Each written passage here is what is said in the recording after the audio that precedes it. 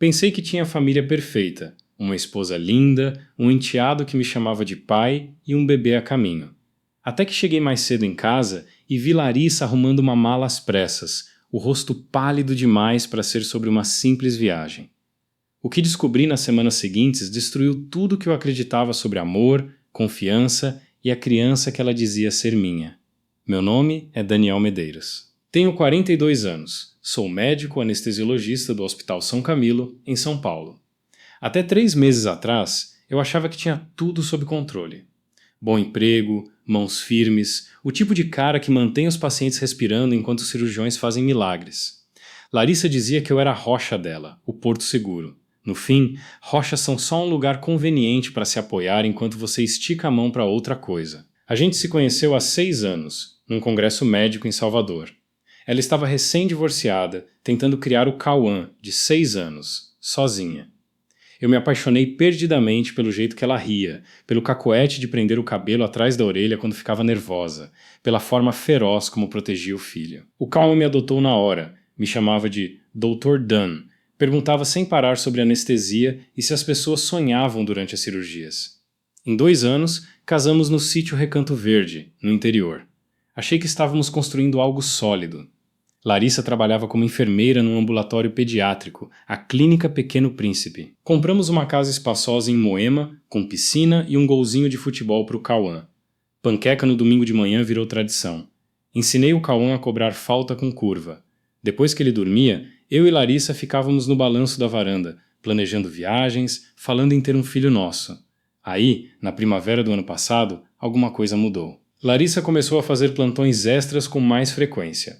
Entrou num clube do livro que se reunia toda quinta à noite. Começou aulas de yoga que pareciam se alongar cada semana. Quando eu perguntava do dia dela, as respostas ficavam mais curtas, mais distraídas. No jantar, vivia deslizando o dedo na tela do celular, sorrindo para mensagens que nunca mostrava. O anúncio da gravidez veio em julho, na véspera de um churrasco entre amigos. Larissa me puxou de lado de manhã, com lágrimas nos olhos, segurando um teste positivo. Disse que estava de 6 semanas, que a médica confirmara na véspera. Eu a levantei no ar e girei com ela na cozinha, o coração batendo forte de alegria.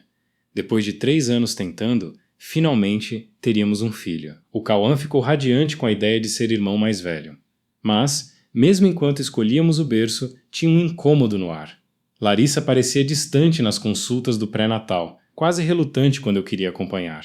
Na primeira ultrassonografia, já em agosto, o exame apontou uma idade gestacional de 11 semanas, 5 a mais do que as 6 que ela tinha dito em julho. Perguntei sobre a diferença. Ela disse que datas de concepção são sempre imprecisas nas primeiras semanas, que a médica ia esclarecer depois. Eu não entendia de obstetrícia o bastante para contestar, e escolhi confiar. Foi o meu primeiro erro. Nas consultas seguintes, se eu tentava segurar a mão dela, ela se afastava, dizendo que estava com calor ou desconforto. Insistia, também, para mantermos a gravidez em segredo por mais um tempo. Nem meus pais podiam saber ainda. 3 semanas atrás, tudo desabou. Cheguei mais cedo em casa por causa de uma cirurgia cancelada e encontrei Larissa arrumando uma mala, o rosto pálido, as mãos trêmulas enquanto dobrava roupas. Perguntei aonde ia e ela respondeu que o ex-marido, Marcelo, estava na cidade. Por causa do Cauã, disse ela. Questões de guarda. Marcelo Almeida, o homem que tinha abandonado Larissa e o Cauã de 6 anos, havia 6 anos. O sujeito que mandava pensão esporádica e telefonava umas 2 vezes por ano. Eu nunca o tinha visto pessoalmente, mas conhecia bem o estrago que deixara para trás. Os pesadelos que o Cauã tinha, o jeito como Larissa se encolhia quando passava um carro parecido com o antigo dele. Naquela noite, Larissa só voltou depois da meia-noite. Deslizou para a cama sem me acordar, ou pelo menos foi o que pensou. Fiquei deitado ouvindo a respiração dela, me perguntando por que ela cheirava a um perfume caro masculino, em vez do hidratante de lavanda de sempre. Na terça-feira à noite, a rotina parecia normal. Eu revisava prontuários no escritório de casa quando Cauã bateu na porta. O garoto estava com um semblante preocupado, trocando o peso de um pé para o outro, como fazia quando tinha algo importante para dizer. Dr. Dan, posso falar com você? Ele fechou a porta atrás de si. Larguei os papéis e dei toda a atenção a ele. O que foi? Moleque! Cauã sentou na cadeira em frente à minha mesa, mexendo nervoso no celular. É sobre a mamãe. E sobre o meu pai? Senti o peito apertar. O que tem eles? Ontem, quando você estava no hospital, meu pai veio aqui em casa. A voz do Cauã estava baixa. A mãe mandou eu ficar no quarto, mas eu ouvi eles conversando, meio discutindo. Eu me inclinei para a frente. Discutindo sobre o quê? Não entendi tudo. Mas ele falou alguma coisa sobre o bebê, que a mãe precisava te contar uma coisa e ela respondeu que ainda não era a hora. A voz de Cauã ficou ainda mais fraca. Dr. Dan, que verdade! O que está acontecendo? Antes que eu pudesse responder, ouvimos o carro de Larissa na garagem. Os olhos de Cauã se arregalaram de pânico. Por favor, não conta que eu falei, ele sussurrou. Ela me fez prometer não comentar sobre as visitas do meu pai. Visitas. No plural. Meu sangue gelou. Quantas vezes ele já veio aqui, Cauã? Não sei ao certo. Umas 3 vezes essa semana, acho. E talvez outras enquanto eu estava na escola. Ele se levantou depressa quando escutamos a porta da frente se abrir. Preciso ir. Mas, Dr. Dan, eu tô com medo. Tem alguma coisa muito errada.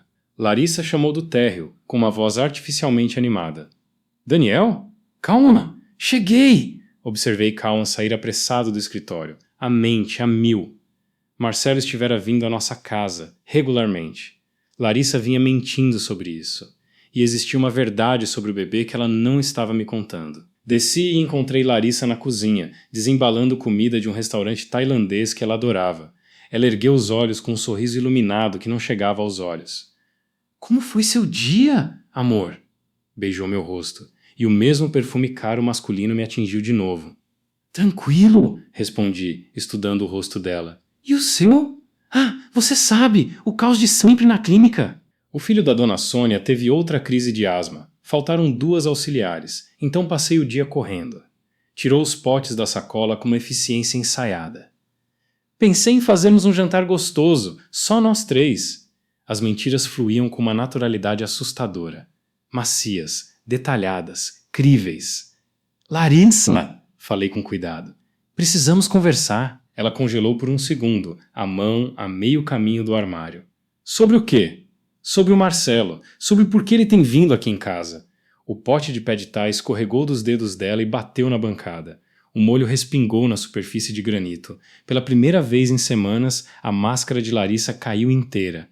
Eu posso explicar, ela disse, mas a voz perdera toda a confiança. Então explica. Dei um passo na direção dela e enxerguei algo que nunca tinha visto nos olhos da minha esposa. Medo. Não de mim, mas de ser pega. E desta vez, me conta a verdade. As mãos de Larissa tremiam quando ela pegou um papel toalha. Ao me olhar, vi uma estranha usando o rosto da mulher que eu amava. Daniel, por favor, só me dá um tempo para achar as palavras. Quanto tempo leva para dizer a verdade, Larissa? Ali eu soube. O que quer que ela estivesse prestes a falar, mudaria tudo. Larissa ficou parada uma eternidade, o papel toalha esquecido nas mãos. O molho de pad thai começava a secar na bancada. Marcelo e eu voltamos a conversar com mais frequência, ela falou por fim. Sobre o futuro do Cauã. Ele está bem de vida agora. Quer participar mais, ajudar com as despesas? Depois de 6 anos mal telefonando? O que mudou? Ele voltou para São Paulo em junho. Transferiu os negócios dele para cá, de vez. Quer se aproximar do Cauã, talvez levá-lo para temporadas mais longas.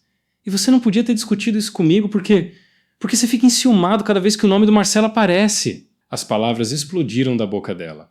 Você age como se fosse o pai verdadeiro do Cauã, mas não é, Daniel. O Marcelo é. A acusação foi como um soco. Você tem razão, não sou o pai biológico do Cauã, mas fui eu quem o criou enquanto o Marcelo estava se fazendo de empresário no Rio de Janeiro. Antes que Larissa pudesse responder, Cauã surgiu na porta da cozinha, pálido. Mãe, disse baixinho, você e meu pai vão voltar? A máscara de Larissa derreteu de vez. Cauã, querido, é complicado. Não é, falou Cauã com uma firmeza que eu nunca tinha ouvido. Ou você ama o Dr. Dan ou não ama. Ou a gente é uma família ou não é. Ajoelhei-me na altura dele. Cauã, aconteça o que acontecer entre sua mãe e eu, nada muda o que sinto por você. Você é meu filho em todos os sentidos que importam. Cauã jogou os braços no meu pescoço.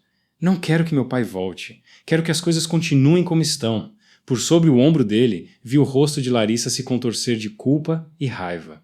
Depois que Cauã subiu, ela se virou para mim com desespero nos olhos. Daniel, o Marcelo está oferecendo coisas que eu não posso dar ao Cauã. Escola particular, faculdade paga, oportunidades. E o que ele está oferecendo a você, Larissa? A pergunta pairou no ar feito fumaça. Ela desviou o olhar. Segurança. Ele mudou, Daniel. Está bem-sucedido, estável. E o bebê? Apontei para a barriga dela. Onde o nosso filho se encaixa no plano do Marcelo? Algo lampejou no rosto dela. Pânico, talvez culpa. O bebê sempre será prioridade sua, claro. Prioridade minha. Não nossa. Fiz uma pausa. Pensei na ultrassonografia de agosto, nas 11 semanas que não batiam com as 6 de julho, no jeito como ela se afastava toda vez que eu tentava segurar a mão dela na sala de exame. As peças se encaixavam de um jeito que eu vinha me recusando a enxergar. Larissa, o ultrassom marcou 11 semanas quando você tinha me dito 6. Isso não é margem de erro de médico. Esse bebê é meu? Ela ficou branca. Daniel, é meu ou não é, Larissa? As mãos dela foram instintivamente para a barriga. Eu não sei ao certo, sussurrou por fim, e aquilo foi pior do que um não teria sido. O Marcelo apareceu em maio. Do nada, dizendo que tinha mudado. Aconteceu uma vez. Só uma. E 3 semanas depois eu soube que estava grávida, e não sabia de quem era, e fiquei com medo de te contar, e quanto mais eu esperava, mais difícil ficava. A cozinha pareceu se inclinar. Não gritei. Estava frio demais por dentro para gritar. Há quanto tempo o Marcelo está morando aqui, não só de passagem? Desde junho. E você sabia, e escolheu não me contar. Por 2 meses. Eu tinha medo de perder vocês dois. Você não tinha medo de me perder, Larissa. Tinha medo de ter que escolher. Peguei minha chave de carro na bancada. Vou dormir na casa do Rafael hoje. Amanhã a gente conversa com calma, com o Cauã por perto, porque ele merece entender o que está acontecendo com a família dele. Mas hoje eu preciso de espaço antes de dizer alguma coisa que não posso desdizer. Subi para ver o Cauã antes de sair. Ele estava sentado na cama, fingindo fazer a lição. Você vai embora? Perguntou, a voz pequena. Só por essa noite, garoto. Preciso pensar em algumas coisas. Amanhã eu volto e a gente conversa, os 3. Doc, você vai lutar por nós? Como assim? Você vai deixar meu pai nos levar embora ou vai lutar? Encarei aquele garoto que se tornara meu filho em tudo, menos no sangue. Cauã, vou lutar por você com mais força do que alguém já lutou por qualquer coisa. Isso eu garanto.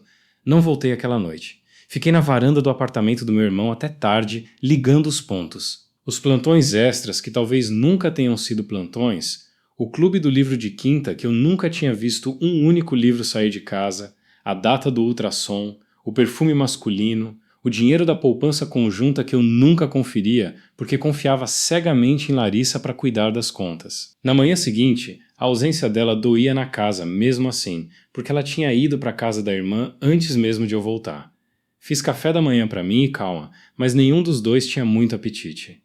Doc, quando mamãe e papai eram casados, eles eram felizes? Perguntou ele, empurrando ovos mexidos no prato. A pergunta me pegou de surpresa. Do que você se lembra daquela época? Quase nada. Eu era pequeno, mas lembro de muito grito. E o papai viajando a trabalho por semanas. Ele me encarou. Você e a mamãe eram felizes? Larguei o garfo. Antes disso tudo começar, eu achava que sim. Mas talvez eu não estivesse prestando atenção de verdade. Liguei para uma amiga de faculdade, a Fernanda, que virou advogada de família, e perguntei o que eu precisava saber antes de tomar qualquer decisão maior. Ela foi direta comigo. Existe exame de DNA pré-natal, não invasivo, feito a partir de uma coleta de sangue da mãe a partir da 10ª semana de gestação, sem nenhum risco para o bebê, com resultado em cerca de 10 dias. Quanto ao Cauã, explicou que eu vinha exercendo havia 6 anos o que a lei brasileira chama de paternidade socioafetiva. Mesmo sem vínculo biológico, o convívio, o cuidado e o afeto contínuos geram direitos e deveres parentais reconhecidos pelos tribunais e podem prevalecer sobre o vínculo biológico quando este foi negligenciado por anos. Isso não seria resolvido da noite para o dia. Precisaria de um processo formal, com estudo social feito por assistente social do fórum, manifestação do Ministério Público e a oitiva do próprio Cauã, já com 12 anos, idade em que a justiça leva muito a sério a palavra da criança. Isso não vai ser rápido, Daniel, avisou Fernanda. Estamos falando de meses. Mas as chances são boas, se o Cauã quiser ficar com você e você conseguir mostrar o histórico de cuidado. Documenta tudo. Fotos, boletins escolares, atas de reunião de pais, o que você tiver. Fui atrás do que tinha direito de saber. Larissa sempre cuidara das contas da casa, e eu nunca tinha o costume de conferir os extratos. Confiava. Pedi ao banco o histórico completo da nossa poupança conjunta dos últimos 6 meses, algo que eu tinha todo o direito legal de solicitar. Levou pouco mais de uma semana para sair. Os números mostravam 11 transferências para uma conta em nome dela, cujo padrão de saques recorrentes coincidia em datas e valores, com pagamentos de hotéis e restaurantes que eu não reconhecia. Ao todo, pouco mais de R$18.000 em 3 meses. Não era uma fortuna considerando nosso padrão de vida, mas era dinheiro que ela movera às minhas costas, e isso doía tanto quanto qualquer outra parte daquilo tudo. No mesmo dia em que recebi o extrato, a escola do Cauã ligou. Ele se metera numa briga e precisava ser buscado. Quando cheguei, encontrei o garoto com o lábio rachado e os olhos desafiadores. "O que aconteceu?" perguntei a caminho do carro. "O Gustavo disse que o pai dele ouviu que meus pais vão se divorciar e que meu pai de verdade vai me levar embora." Cauã chutou uma pedrinha. "Falei que ele era mentiroso." "Calma, você não resolve problemas brigando." "Por que não? Você tá brigando por nós, não tá?" Parei e me ajoelhei na frente dele. "É diferente. Eu brigo com advogada, com papel, com paciência. Não com soco." "Tipo o quê? Porque, pelo jeito, os adultos da minha vida estão fazendo um péssimo trabalho." A voz dele embargou. "Doc, você vai perder?" A pergunta pairou no ar. Aquele menino de 12 anos estava me pedindo uma garantia que eu não sabia se podia dar. "Não sei, garoto, mas vou tentar tudo o que puder, do jeito certo." "E se tentar não for suficiente?" Olhei para o menino que já passara por coisas demais. "Aí a gente descobre o próximo passo juntos. Mas, Cauã, preciso que você me prometa uma coisa. Sem mais briga. Não porque não vale a pena defender a gente, mas porque isso pode ser usado contra nós dois lá na frente, entendeu?" Ele assentiu, meio a contragosto. Larissa fez o exame de sangue na 12ª semana de gestação, junto com a coleta comparativa comigo e com Marcelo. Ela mesma pediu que fosse feito com os dois, dizendo que precisava, de uma vez por todas, parar de fingir que não sabia. Enquanto esperávamos o resultado, decidi que precisava entender, com meus próprios olhos, contra o que estava lutando. Fui até o hotel onde Marcelo estava hospedado. O saguão era todo mármore e cristal. Dirigi-me ao balcão. "Sou o Dr. Daniel Medeiros", falei à recepcionista. "Preciso deixar um recado para o Sr. Marcelo Almeida." "Claro, doutor. Quer que eu anuncie sua visita?" "Eu mesmo sugo. É uma questão de família." Marcelo atendeu a porta vestindo um terno que provavelmente custava mais do que a parcela do meu financiamento. O sorriso falhou quando percebeu quem eu era. "Você deve ser o Daniel", ele disse, estendendo a mão. "Ouvi falar muito de você." Não apertei a mão dele. "Precisamos conversar." Ele deu um passo para o lado, me convidando a entrar numa suíte grande demais para uma estadia de negócios. Janelas do chão ao teto mostravam a silhueta dos prédios da Avenida Paulista. "Belo espaço para uma viagem de trabalho", comentei.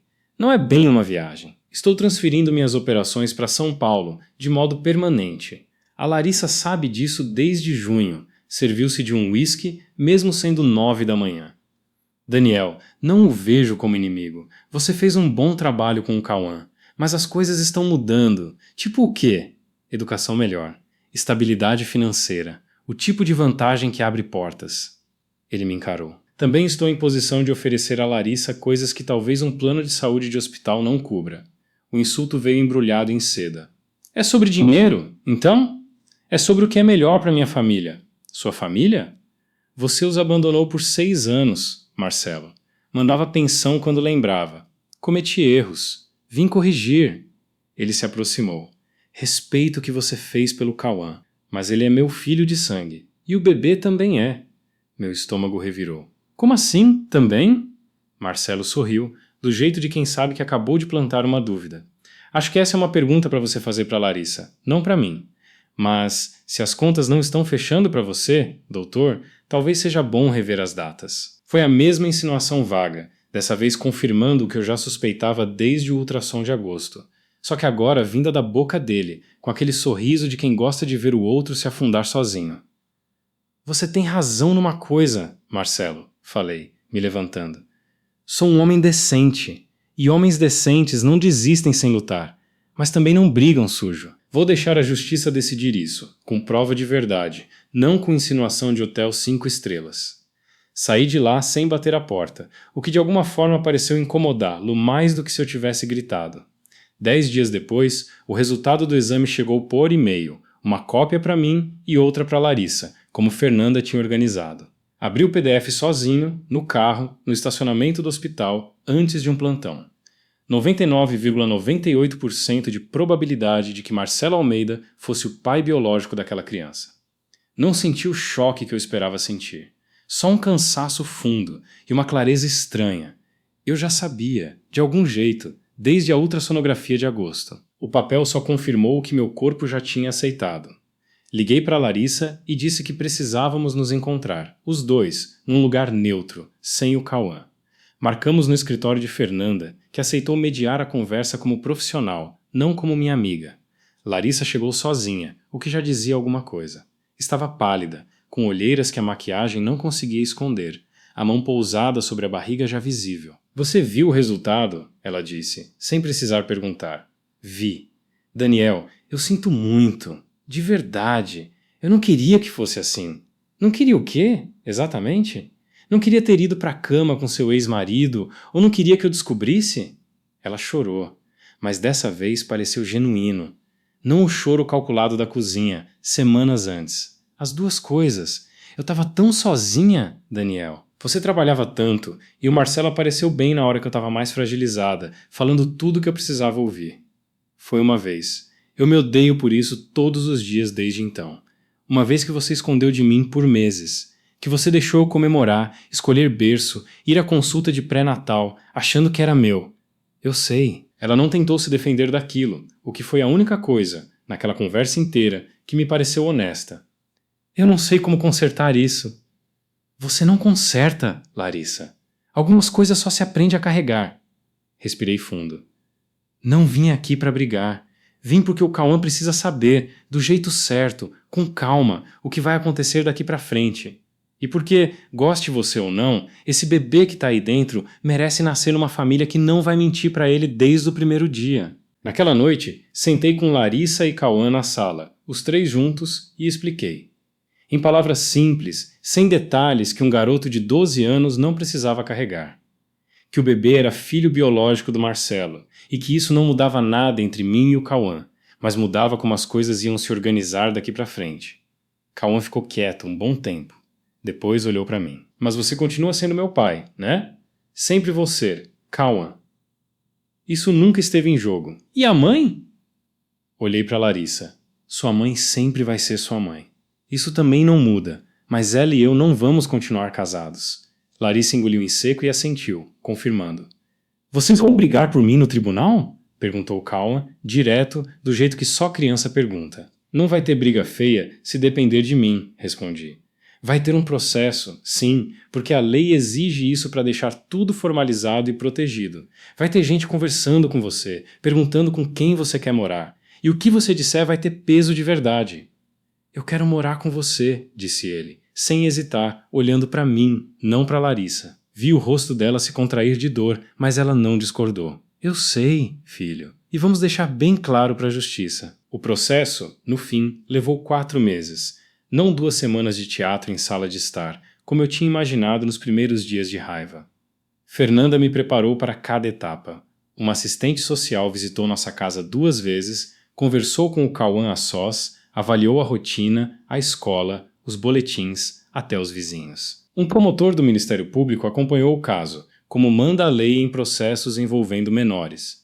E, ao final, o próprio Cauã, já com 13 anos completos, foi ouvido pela juíza numa sala reservada, só ele e uma psicóloga judiciária, sem nenhum adulto da família presente. Nunca soube ao certo o que ele disse lá dentro. Só sei que, quando saiu, veio direto me abraçar, na frente de todo mundo no corredor do fórum, e sussurrou no meu ouvido. Eu falei tudo, Doc. Falei que você é meu pai de verdade. Marcelo compareceu à audiência final com um advogado caro, tentando argumentar vínculo biológico automático sobre Cauã. Não sobre o bebê, que ninguém contestava ser dele. Meritíssima, disse o advogado dele. Meu cliente tem direito parental sobre a criança. A juíza, uma mulher séria na casa dos 60, ouviu com atenção antes de responder. Vínculo biológico é relevante, mas não é o único critério, nem necessariamente o decisivo, quando o histórico mostra abandono prolongado e a criança já é adolescente com opinião formada. O laudo social é claro. O Cowan reconhece o Sr. Daniel como referência paterna há 6 anos. A criança foi ouvida e manifestou vontade clara. Este juízo entende que o melhor interesse do adolescente é mantê-lo no arranjo atual, com o Sr. Daniel exercendo a guarda. O rosto de Marcelo ficou vermelho, mas ele não teve o comportamento explosivo que eu meio que esperava. Só apertou a mandíbula e assentiu, como quem finalmente aceita uma conta que sabia, no fundo, que ia ter que pagar. A sentença reconheceu formalmente minha paternidade socioafetiva em relação ao Cowan e determinou guarda unilateral comigo, com visitas de Marcelo condicionadas a acompanhamento psicológico prévio. Os 6 anos de ausência pesaram, e muito, no laudo. Larissa manteve direito de visita ao Cowan, porque, como a juíza fez questão de registrar, a ausência no momento da vida não apaga o vínculo biológico com a mãe, mas também não substitui, nem se equipara, ao trabalho diário e silencioso de quem realmente cria. Ao sairmos do fórum, Cowan caminhou ao meu lado de cabeça erguida. Doc, posso mudar meu nome para Medeiros de uma vez? Pelo menos o sobrenome.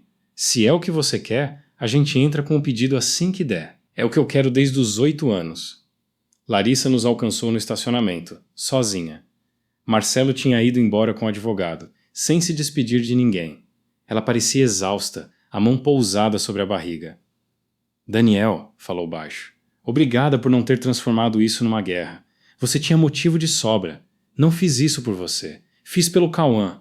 Fiz uma pausa, mas reconheço que você também não tentou dificultar. No fim, isso ajudou. Cowan olhou para a mãe, sem raiva no rosto, só um cansaço que não devia existir aos 13 anos.